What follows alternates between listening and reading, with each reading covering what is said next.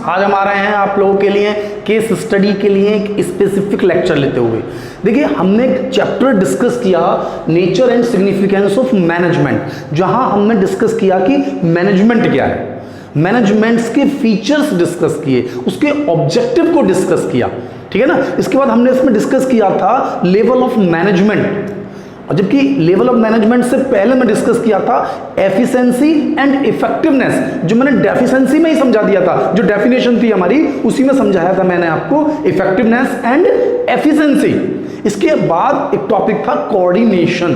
तो आज हमारा जो मेन जो टॉपिक हम आज डिस्कस करने जा रहे हैं वो है केस स्टडी। ये है क्या? बेसिकली मैं आपको बता रहा हूं कि यदि आप बोर्ड एग्जामिनेशन की तैयारी कर रहे हैं और आप चाहते हैं कि आप 100% मार्क्स गेन करें, आप मिशन 100 को अचीव करें, तो उसके लिए जरूरी है कि चैप्टर को पूरा समझें, जो मैंने अपनी लास्ट वीडियोस में आपको समझाया, पूरा चैप्टर डिस्कस किया। और आज मैं उस पूरे चैप्टर पर आपको केस स्टडी समझाना चाहता हूं। ये केस स्टडी क्या होता है? ये केस स्टडी क्वेश्चन पर जो हमने स्टडी की है उस पर डायरेक्ट क्वेश्चन ना होकर इनडायरेक्ट क्वेश्चन है। इनडायरेक्टली हम आपसे डिस्कस करना चाहते हैं कि जो आपने पढ़ा, अगर हम उसको प्रैक्टिकल लाइफ में लेकर आए, प्रैक्टिकली लेकर आए, तो वो आपको कितना समझ में आ रहा है। भाई ठीक है, आपने पढ़ लिया लेवल ऑफ मैनेजमेंट है कि भाई top level, middle level, lower level, तो इन लेवल्स में क्या क्या फंक्शन थे। ठीक है, आपने फंक्शन पढ़े कि फंक्शन ऑफ क्या नाम है, टॉप लेवल के, मिडिल लेवल के और लोअर लेवल के आपने फंक्शन भी पढ़ लिए। अब जो केस स्टडी है वो ये है कि मैं आपको कुछ डिटेल दे रहा हूं, आप बताइए कि ये कौन से लेवल का है, यानी ये व्यक्ति किस लेवल पर काम कर रहा है, या उसके ऑब्जेक्टिव पूछ लिए या उसके फंक्शन पूछ लिए। तो ये सबसे जरूरी तो ये है कि हम पहले चैप्टर को पूरी तरह से एनालाइज करें।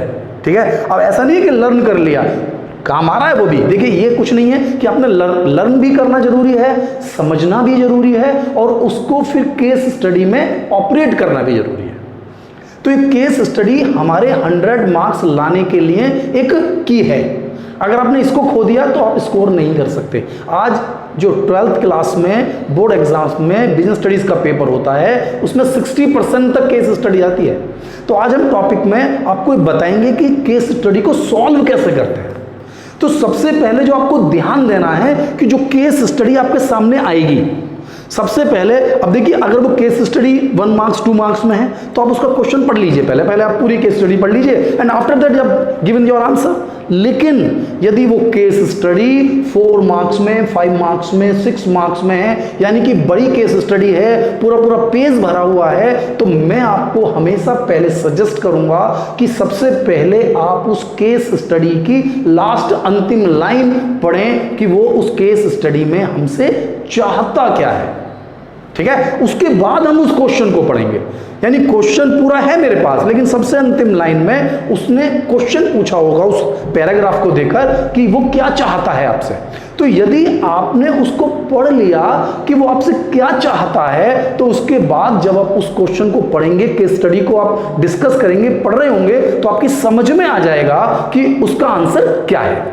तो मैं आज आपके लिए कुछ एग्जांपल ले लेता हूं, बुक से ले लेता हूं, क्योंकि ऐसे तो लर्न नहीं होगा ना आपकी समझ में। तो मैं 1-2 पॉइंट्स लेता हूं जिसके थ्रू मैं आपको बताता हूं कि उसके अंदर जो हमने टॉपिक पढ़े हैं उसके अंदर कौन सा जो मैनेजमेंट के जो डेफिनेशन मैंने आपको बताई है, इफेक्टिवनेस, एफिशिएंसी बताइए। देखिए, पहले चैप्टर में केस स्टडी दूर तक नहीं जाइए, बस सिंपल एकदम सेलेक्टेड पॉइंट है। जैसे कोऑर्डिनेशन पर केस स्टडी होगी, टॉप ये जो लेवल ऑफ मैनेजमेंट है इस पर केस स्टडी होगी, इफेक्टिवनेस और एफिशिएंसी पर केस स्टडी होगी। इसके बाहर कोई केस स्टडी आती ही नहीं है। तो एक तो बहुत आसानी से हम केस स्टडी सॉल्व कर सकते हैं। भाई कोऑर्डिनेशन समझ लीजिए, आप लेवल ऑफ मैनेजमेंट समझ लीजिए, इफेक्टिवनेस और एफिशिएंसी समझ लीजिए। तो आज मैं आपको कुछ केस स्टडी लेता हूं और हम डिस्कस करेंगे कि ये किस पर बेस्ड है। देखिए, पहले केस स्टडी मैं ले लेता हूं, थोड़ा आराम से पढ़ेंगे, समझेंगे। वो कहता है ABC limited is facing a lot of problem these days. इन दिनों एक क्वेश्चन दिया हुआ है इन्होंने, मैं लास्ट की लाइन नहीं पढ़ रहा हूं, पहले पूरा समझा रहा हूं आपको। The company's margin is declining day by day, company का प्रॉफिट लगातार रिड्यूस हो रहा है। The production manager is blaming marketing manager भाई एक प्रोडक्शन मैनेजर कह रहा है मार्केटिंग की प्रॉब्लम है, मार्केटिंग मैनेजर कह रहा है कि ये प्रोडक्शन की प्रॉब्लम है, क्योंकि वो हमारे अकॉर्डिंग हमारी क्वालिटी का गुड्स नहीं बना रहे हैं। अब फाइनेंस डिपार्टमेंट कह रहा है कि दोनों ही जिम्मेदार हैं। आप समझिए, प्रोडक्शन डिपार्टमेंट मार्केटिंग को कह रहा है, मार्केटिंग डिपार्टमेंट प्रोडक्शन को कह रहा है, फाइनेंस डिपार्टमेंट इन दोनों को कह रहा है। प्रॉब्लम कहाँ है? क्या लेवल ऑफ मैनेजमेंट हो सकता है? नहीं हो सकता। क्या एफिशिएंसी इफेक्टिवनेस की बात कर रहा है? नहीं हो सकती। तो किसकी बात कर रहा है? कोऑर्डिनेशन की। किसकी बात चल रही है? कोऑर्डिनेशन की। डिपार्टमेंट्स के बीच में कोऑर्डिनेशन नहीं है, सब एक दूसरे को ब्लेम कर रहे हैं। प्रोडक्शन कर रहा है मार्केटिंग को, मार्केटिंग कर रहा है प्रोडक्शन को, फाइनेंस कर रहा है दोनों को।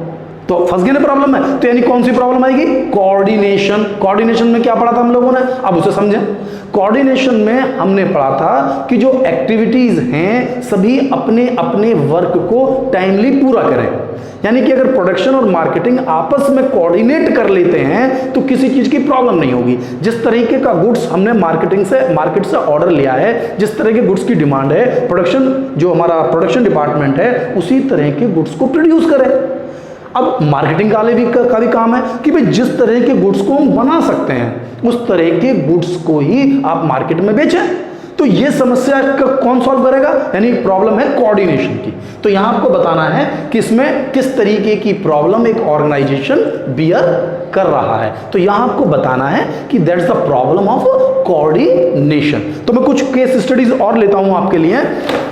जैसे कि वो हमारे पास एक क्वेश्चन देता है कि एक गारमेंट कंपनी है जिसका टारगेट है 10,000 शर्ट बनाने का और टारगेट है 150 पर शर्ट। यानी कि टारगेट दिया गया है 10,000 शर्ट बनाइए, 150 रुपए की एक शर्ट है और प्रोडक्शन मैनेजर ने बना तो ली, यानी फैक्ट्री ने काम तो कर लिया पूरा, लेकिन जो रेट आया है वो 160 रुपए आया है। तो आप मुझे बताइए कि क्या उसने प्रोडक्शन में एफिशिएंसी गेन कर ली?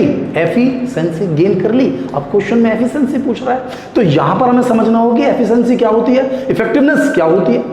बस इस बात को समझ जाएं तो इस पर कितनी भी केस स्टडी बना लीजिए आप समझ जाएंगे। यानी कि यदि हम कोई भी वर्क टाइम पर कंप्लीट कर लेते हैं, कब कर लेते हैं? टाइम पर, तो ये है हमारी इफेक्टिवनेस। क्या है ये? इफेक्टिवनेस। कॉस्ट बढ़ गई कोई प्रॉब्लम नहीं है, कॉस्ट बढ़ गई कोई प्रॉब्लम नहीं है। जैसे यहां पर हमारा टारगेट क्या था? 150 का, काम कितने में पूरा हुआ? 160 में पूरा हुआ, 160 में, लेकिन पूरा हो गया, कंप्लीट कर लिया हमने टाइम से। तो यानी टाइम वाला कंसेप्ट पूरा कर लिया।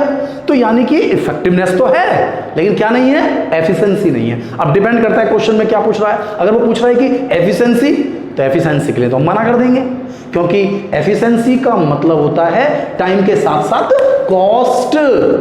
आप कॉस्ट को इग्नोर नहीं कर सकते हैं। अगर मेरे प्रोडक्ट की कॉस्ट 150 डिजाइन थी तो 150 के अंदर ही काम होना चाहिए। यदि 150 में ही काम हो गया तब तो वो हो गया हमारा एफिशिएंसी।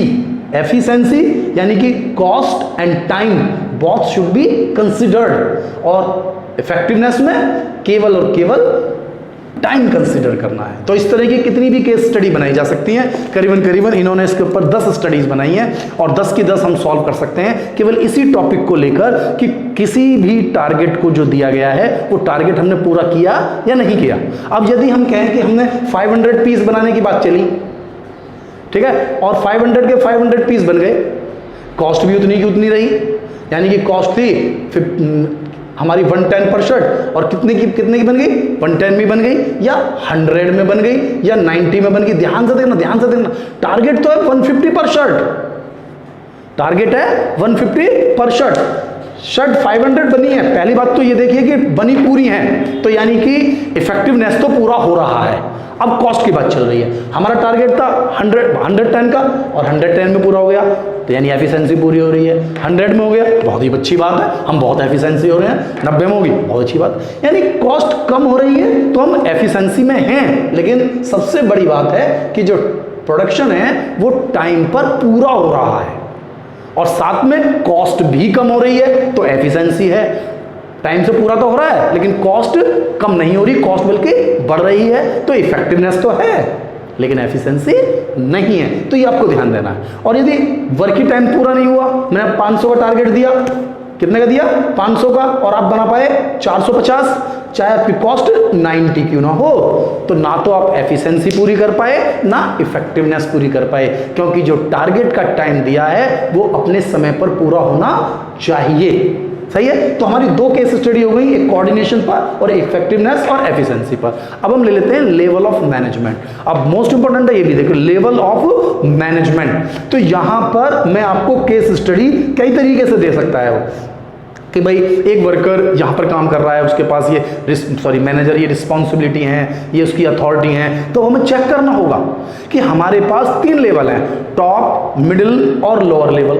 तो टॉप लेवल के पास कौन सी अथॉरिटी होती हैं?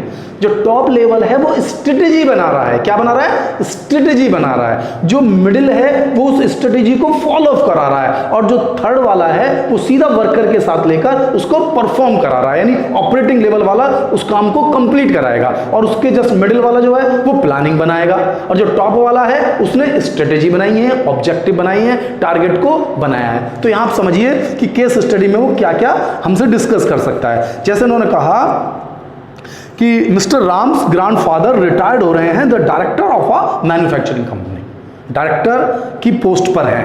डायरेक्टर की पोस्ट कौन सी होती है? यानी टॉप लेवल की। ध्यान से देखना है कि पोस्ट कौन सी है। यदि वो डायरेक्टर हैं, सीईओ हैं, ठीक है, तुम्हारे पास प्रेसिडेंट हैं, वाइस प्रेसिडेंट हैं, तो ये टॉप लेवल पर है। कहां पर है? ये टॉप लेवल पर है। जबकि अगर हम मिडिल लेवल की बात करें तो यहां पर है हमारे पास सारे मैनेजर। क्या है? सारे मैनेजर। और लोअर लेवल पर है हमारे पास सारे सुपरिटेंडेंट, सुपरवाइजर, ऑपरेट, जो तुम्हारे पास ऑपरेटर, तो इनका काम सीधा वर्कर के साथ जो अटैच्ड है वो है हमारे पास लोअर लेवल मैनेजमेंट। तो इन्होंने नाम पहले कह दिया, डायरेक्टर है। भैया केस स्टडी को पढ़ने की जरूरत नहीं है, सीधा क्वेश्चन बताता है कि अगर हम बात कर रहे हैं तो भैया ये टॉप लेवल ऑफ मैनेजमेंट है। क्या है? Top level of management. हम जल्दी जल्दी पढ़ सकते हैं केस स्टडी को। तो यही पूछ रहा था हमसे कि इसमें कौन सा लेवल ऑफ मैनेजमेंट है। अब इसने एक क्वेश्चन और पूछ लिया कि उनका काम क्या क्या था। तो यहां पर अब आपको फंक्शन ऑफ टॉप मैनेजमेंट क्या वर्क करता है ये आपको यहां लिखना है।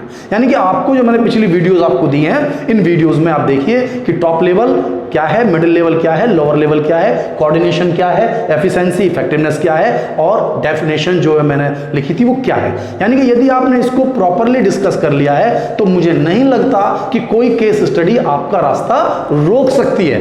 यानी कि ये तो मैंने छोटी छोटी केस स्टडी बताई। यदि कोई बड़ी केस स्टडी करनी होती तो पहले क्वेश्चन नहीं पढ़ते हम, सबसे पहले उसका वो पॉइंट पढ़ते कि वो क्या डिमांड कर रहा है।